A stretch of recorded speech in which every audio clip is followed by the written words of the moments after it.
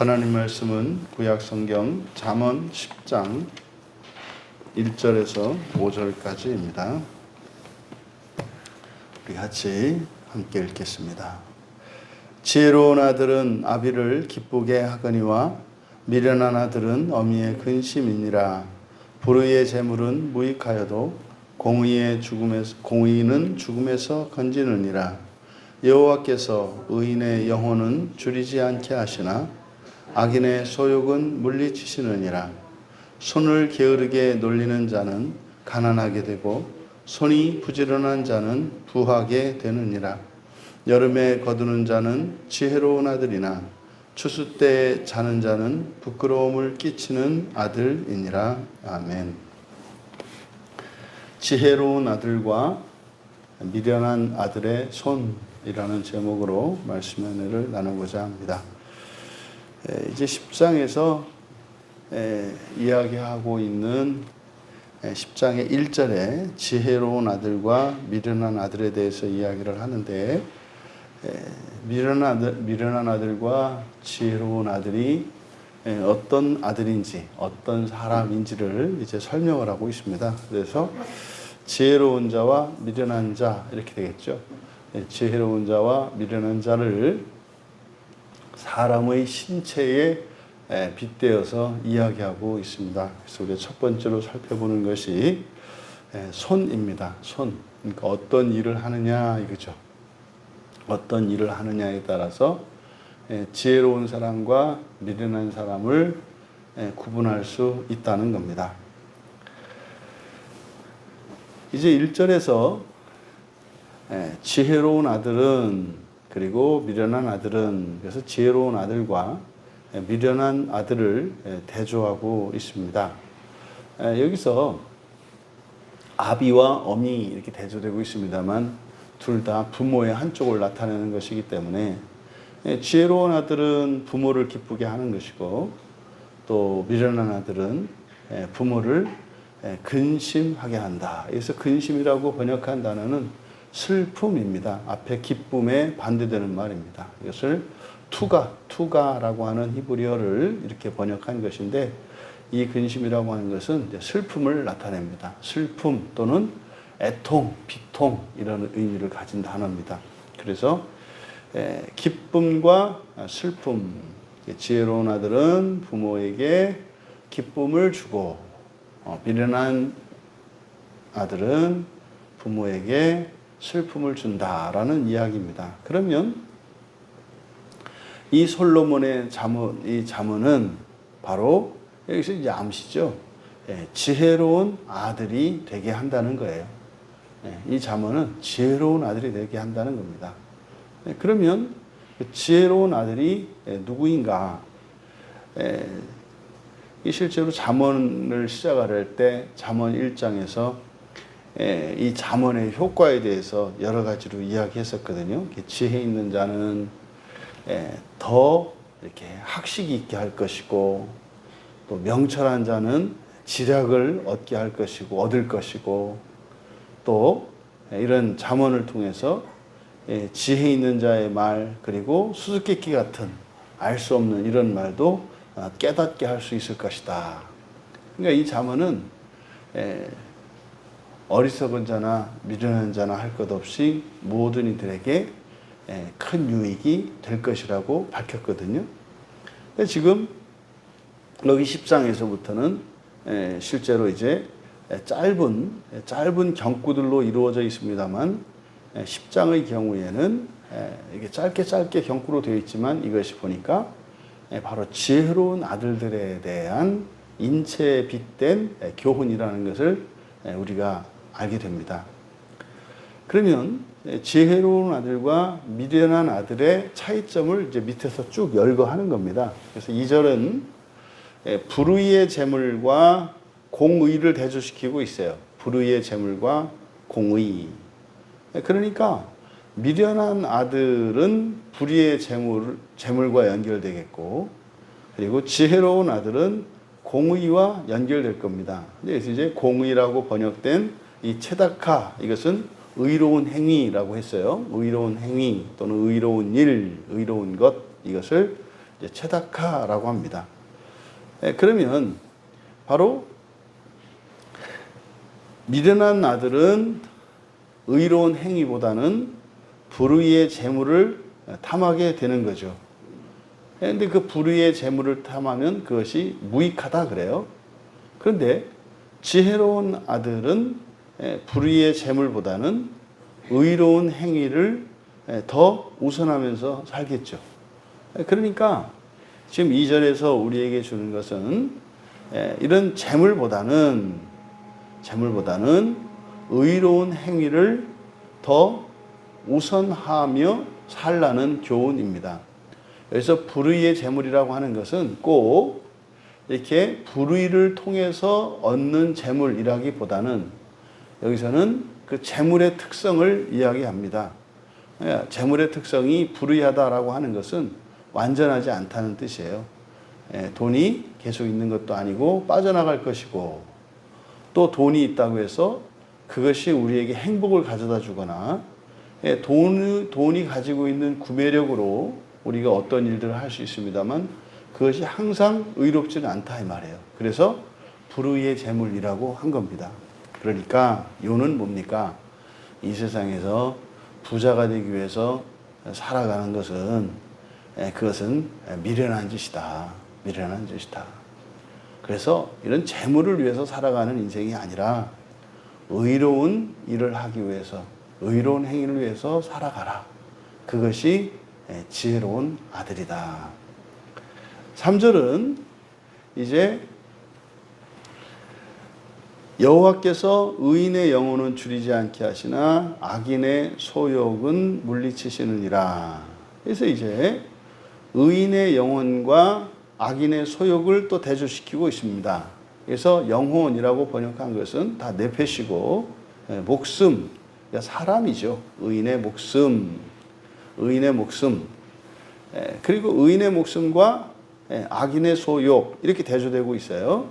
그러니까 의로운 사람, 의로운 목숨과 그리고 악인의 소욕. 여기서 악인이라고 번역한 것은 앞에 2절에 사용된 불의, 레시아 똑같은 단어입니다. 그래서 악인이라기보다는 불의 그랬어요.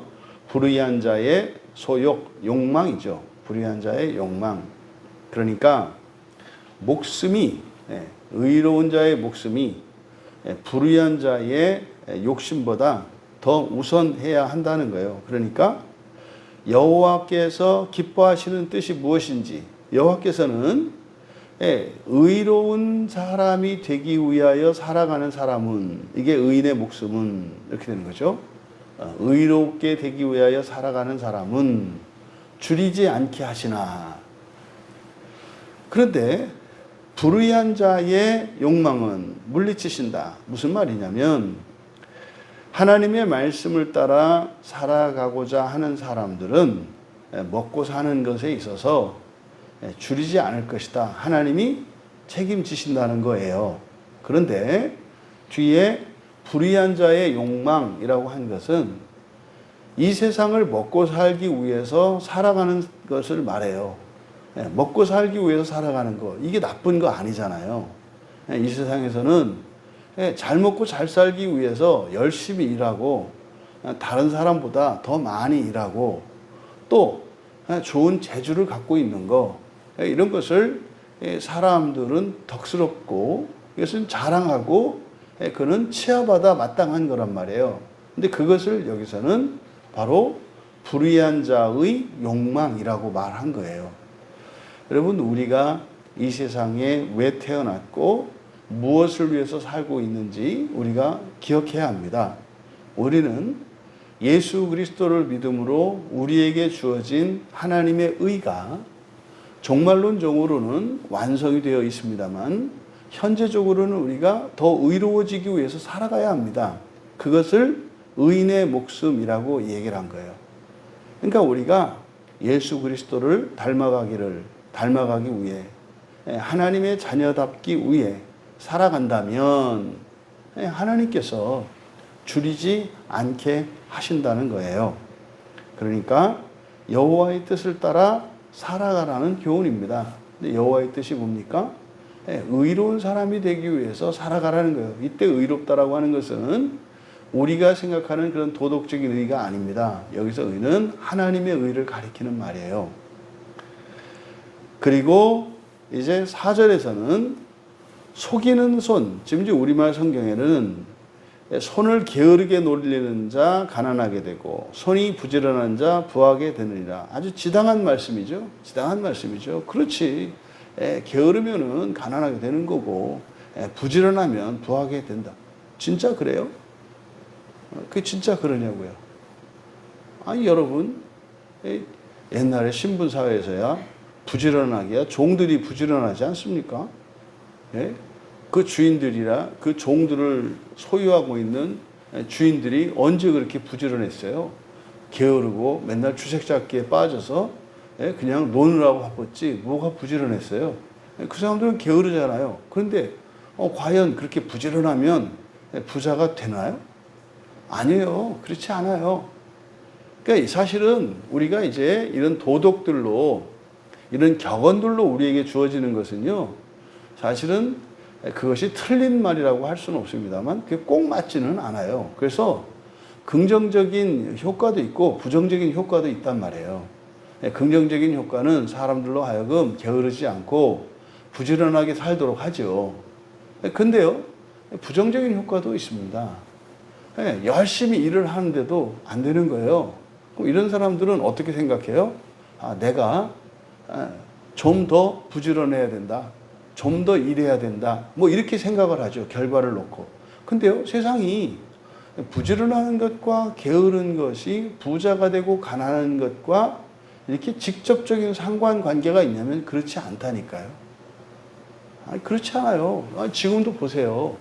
부자 되는 사람들, 돈을 많이 버는 사람들이 막 부지런하고 그래요. 안 그래요. 막 놀다가요. 한번 영화 한 편 찍으면은 뭐 몇 억에 몇십억씩 번다는데요. 물론 그 이전에는 수고하고 이런 거 있겠습니다만 그거 안 한 사람이 어디 있어요.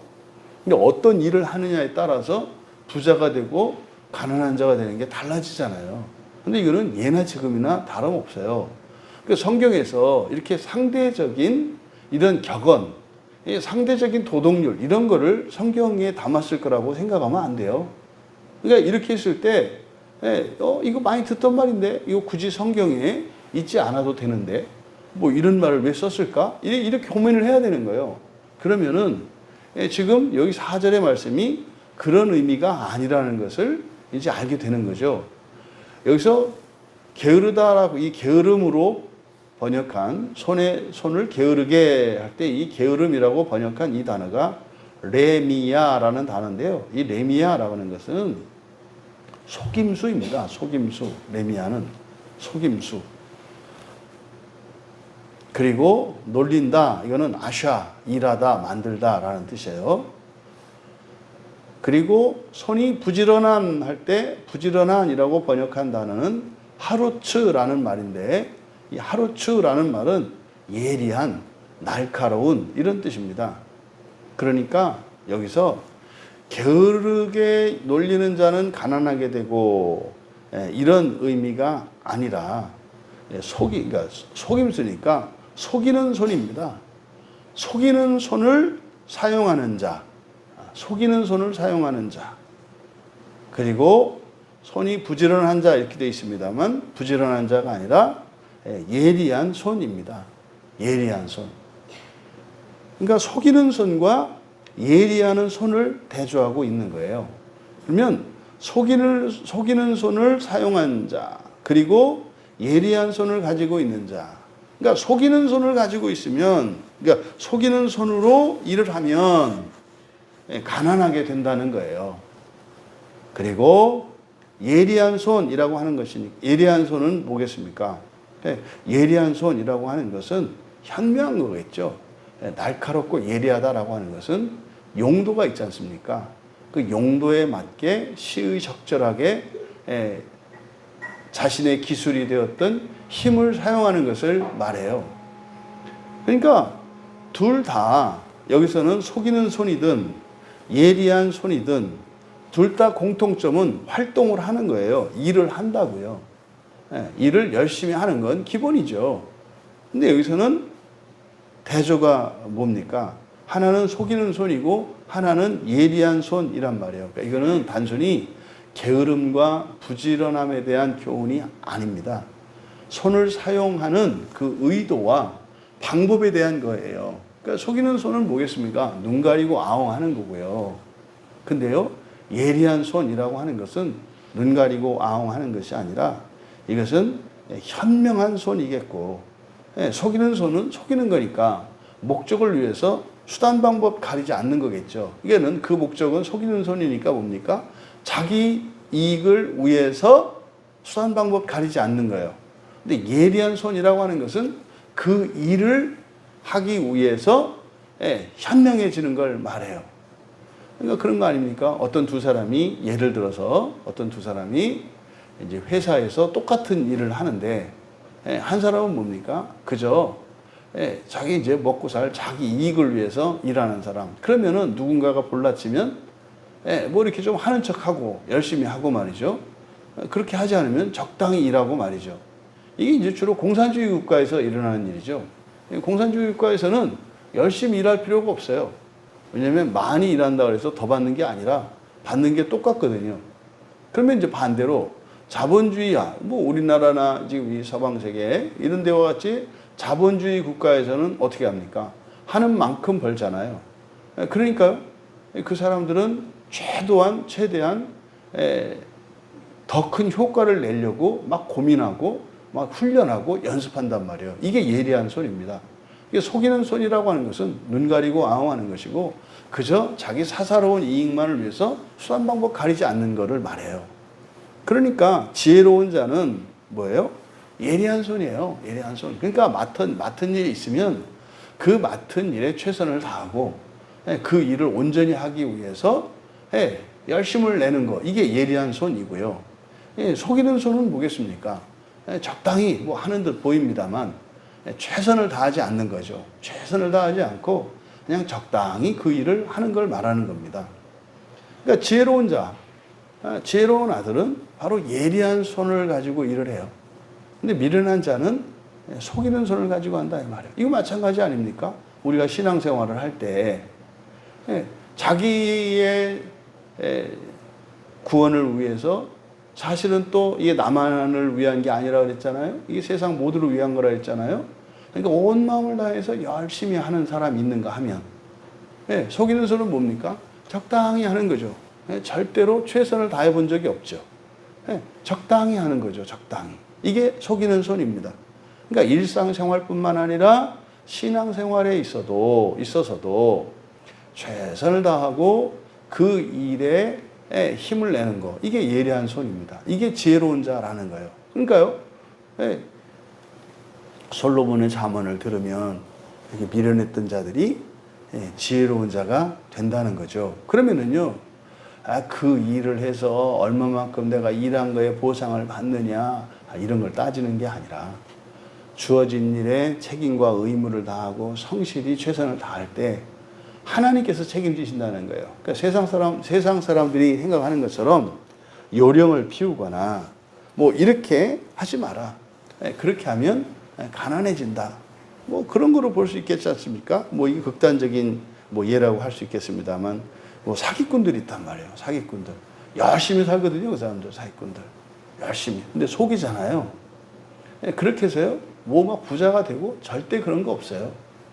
뭐가 좀 버는 것 같고 이렇게 합니다만은 절대로 그 사람들이 그래서 사기를 치고 이렇게 해서 잘 되는 법이 없습니다. 결국에는 다 망합니다.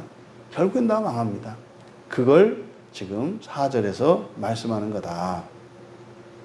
그래서 이 가난과 부에 대해서 지금 4절에서는 어떻게 하면 가난하게 되고 어떻게 하면 부자가 되는지에 대해서 이야기하는데 이거는 잠언에서 아주 중요하고 중요시 여기는 주제입니다.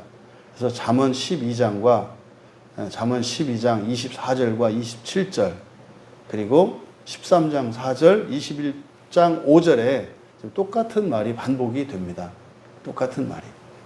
그러니까요, 우리가 막 이렇게 다른 사람들보다 경쟁해서 이기고 막 이렇게 해야 부자가 되거나 그게 아니라 뭐 하면 그저 우리는 최선을 다하고 성심성의껏 일을 하면 하나님께서 그렇게 해주신다는 거예요. 다음에 마지막 5절에서 이제 여기는 5절에서는 여름에 거두는 자와 추수 때 자는 자를 이렇게 대조합니다. 이게 아들이에요. 여름에 거두는 아들은 지혜롭고 추수 때 자는 아들은 부끄러움을 끼치는 자다. 이렇게 되어 있습니다. 그러니까 여기는 바로 여름에 거두는 자 그리고 추수 때 자는 자. 여름에 거둔다는 건 뭐겠습니까? 일찍 거두는 거예요. 원래 이제 추수 때 가을에 거둬야 되는데 이것을 앞당겨서 거두는 거예요. 요즘 같으면 뭐 비닐하우스 같은 거잖아요. 제철 과일 아닌 거를 앞당겨서 그것을 거두어요. 이걸 지혜롭다고 이야기를 하는 거예요. 그러니까 거둘 수 없을 때, 다른 사람들은 거둘 수 없을 때 거두는 아들, 또 다른 사람들은 거두지 못하는 곳에서 거두는 사람. 그러니까 시간과 장소 또는 방법에 있어서 다른 이들은 하지 못하는 또 할 수 없는 그것들을 하는 자, 그런 아들이 지혜롭다. 근데 반대로 이 미련한 아들은 추수 때는 누구나 다 거두는 거 아닙니까? 누구나 다 할 수 있고 누구라도 다 거두는 거. 그런데 거기서도 거두지 못하는 자. 그러니까 남들 다 하는 거 못하는 사람을 말하는 거예요. 남들 다 하는 거 못하는 자.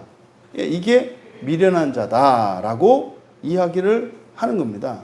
그러면 이 지혜로운 아들, 다른 사람들은 얻지 못할 때 얻고 다른 사람들은 할 수 없는 것을 해서 어떤 성취를 맛보고 하는 이런 지혜로운 자들, 이런 지혜로운 자들이 있는가 하면 남들 다 하는 것도 실패하고 그냥 누구라도 당연히 그렇게 되는 걸 갖다가 그걸 못하고 헤매고 이게 미련한 자라는 거예요. 그러니까 그런 자는 뭐한다?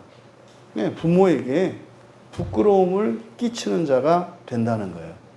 그러니까 지금 여기에서는 잠언을 통해서 우리가 얻을 수 있는 유익이 뭐냐면 지혜로운 자가 될 수 있게 한다는 거예요. 지혜로운 자가 될 수 있게 한다. 그럼 지혜로운 자가 되면 어떻게 되는가? 의로운 행위를 하며 살아가게 되고요. 그리고 실제로 어떤 여호와의 뜻을 살아가는 그런 사람들에게 실제로 하나님이 주시는 그 은혜를 누리게 될 거라는 거예요. 그래서 의로운 사람에게는 줄이지 않게 하신다고 그랬지 않습니까? 그러니까 하나님의 은혜로 실제로 일상생활에 물질이라든지 살아가는 거에 있어서 복을 받는다 이 말이에요. 그냥 되는 거잖아요. 그리고요. 또 여기서는 마찬가지로 때에 따라서 그냥 누가 보든 안 보든 또 그 일이 어렵든 어렵지 않든 간에 최선을 다하는, 그리고 그 문제를 또 그 일을 하기 위해서 애쓰는 이런 예리한 손, 또 그런 지혜를 주시는 거죠. 그랬을 때 마찬가지로 부를 약속하신 거예요. 또 거둘 수 없는 곳에서 거두게 하신다는 거죠. 그러니까 이 잠언을 읽을 때, 그러니까요, 그냥 현세적으로 이야기하자면 돈 벌게 하고요, 돈 벌 수 없는 데서도 돈 벌게 하고요, 또 더 벌게 하고요, 또 이게 세상적인 방법으로 다른 사람들보다 앞서거나 경쟁해서 이기거나 무조건 많이 해서 하는 게 아니라 그저 하나님 뜻대로 의로운 행위를 하면서 살아가면 저절로 따라온다는 거예요. 이것은 물론 종말의 구원을 향한 것입니다만 결단코 그 종말에 일어나는 구원의 일이 현재의 우리의 삶과 무관하지 않다는 겁니다. 하나님의 말씀을 읽고, 여기서는 지금 이 솔로몬의 잠언을 가리키는 것이겠습니다만 우리들은 성경 전체로 이것을 받아들여야 하는 거죠. 그러니까요, 돈 걱정, 또 사는 거 걱정, 뭐 능력 걱정, 이런 걱정할 필요 없다. 우리에게 성경이 있는 한 그 성경 안에 모든 해답이 있고, 또 성경 안에 하나님이 주시는 복의 약속이 있다는 것을 믿으시고, 하나님의 말씀을 무엇보다 우선시하고 사랑하며 그 말씀을 따라 살아가기로 결단한다면 참으로 하나님께서 약속하신 것대로 그렇게 이루시는지 그것을 여러분들이 직접 경험하며 살아감으로써 전인격적인 그런 믿음과 그래서 하나님의 모든 말씀을 전적으로 신뢰할 수 있는 우리가 되기를, 그래서 일시적으로 이런 시험과 환난이 올지라도 그것으로 인해서 낙심하거나 절망하는 자들이 아니라 인내하고 기다림으로써 거기에서 더 큰 열매를 맺게 해주시는 그 하나님의 은혜를 찬송하게 될 것입니다. 그 믿음으로 오늘 하루를 승리하시기를 주님의 이름으로 축원합니다. 존귀하신 하나님, 하나님의 말씀을 읽고 공부하고 또 하나님의 말씀을 믿음으로 받아들이면 참으로 그 말씀이 저희를 지혜롭게 하며 넉넉히 이 세상에서도 부하게 살아갈 수 있음을 오늘 말씀을 통해 교훈해 주셨습니다. 이 말씀을 믿음으로 받사오니 믿음으로 받아들이는 모든 심령들 안에 성령 하나님께서 지혜롭게 하여 주셔서 참으로 주님의 지혜로 이 세상을 부하게 살아갈 수 있도록 복을 내려 주시옵소서. 감사하며 예수님의 이름으로 기도하옵나이다.